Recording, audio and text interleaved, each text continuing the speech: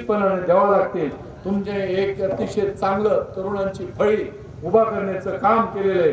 मग रवी आखरे असेल किंवा उतरेश्वर असेल, ह्या सगळ्या लोकांच्यावर सुद्धा एक जबाबदारी आपल्याला दिली पाहिजे। जसं तुमच्यावर सुद्धा एक काही दिवसातच एक चांगली मोठी जबाबदारी देण्याचं काम आम्ही 100% केल्याशिवाय राहणार नाही, एवढं मी तुम्हाला आपल्याला आजच्या दिवशी निश्चितपणाने सांगू इच्छितो।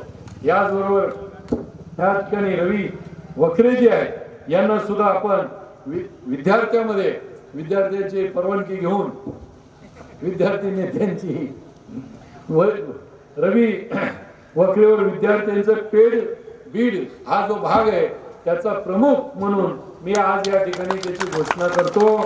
आणि त्याचबरोबर युवकाची जबाबदारी ही उतरेश्वर पाचंद्रे यांच्यावर पेड बीड विभागाची जबाबदारी सोपवण्याचं काम करतोय। या दोघांनी बाकीच्यांना सगळ्यांना सोबत घेऊन या भागामध्ये आपले संघटन वाढवायचं काम आपण केलं गेलं पाहिजे। महिलांनी सुद्धा एक चांगल्या पद्धतीचं संघटन लातूरमध्ये उभा केलेलं आहे, तशाच पद्धतीचं बीडमध्ये सुद्धा आता पिंगळे या ठिकाणी काम चांगलं अतिशय करायला लागलेले, त्यांनी सुद्धा या ठिकाणी महिलांचं सुद्धा संघटन वाढवण्याचं काम आपण नक्की करावं। त्यामुळे वेळ जास्त झाला, 10 वाजे लागले, त्यामुळे मी आता जास्त बोलत नाही। परंतु गणेशरावांच्या वाढदिवसाच्या निमित्तानं आपण किती बोलावं किती नाही, जेवढं बोलावं तेवढं कमी आहे।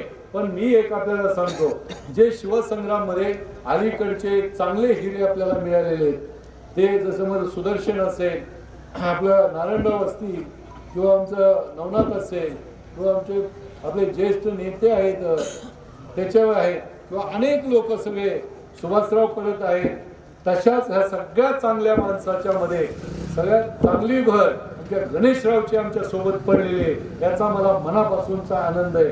त्यांच्यासारखे लोक आज आपल्याला मिळालेले, म्हणून आपल्या पक्षाची शिवसंग्रामची ताकद वाढलेली आणि ही ताकद पुढच्या लोकसभेला पुढच्या विधानसभेला मोठ्या प्रमाणामध्ये राज्याला दिसल्याशिवाय राहणार नाही, हे मी तुम्हाला आपल्याला खात्रीने सांगतो।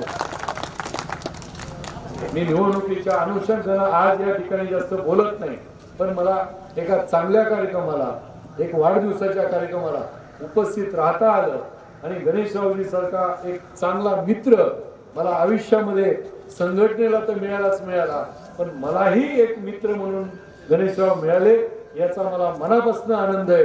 गणेशराव, तुम्ही आपण मिळून हे बीड जिल्हाच नव्हे तर पूर्ण महाराष्ट्रामध्ये छत्रपतीचा भगवा फडकवत ठेवण्याचं काम या सगळ्याला सोबत घेऊन आपण निश्चितपणे करू।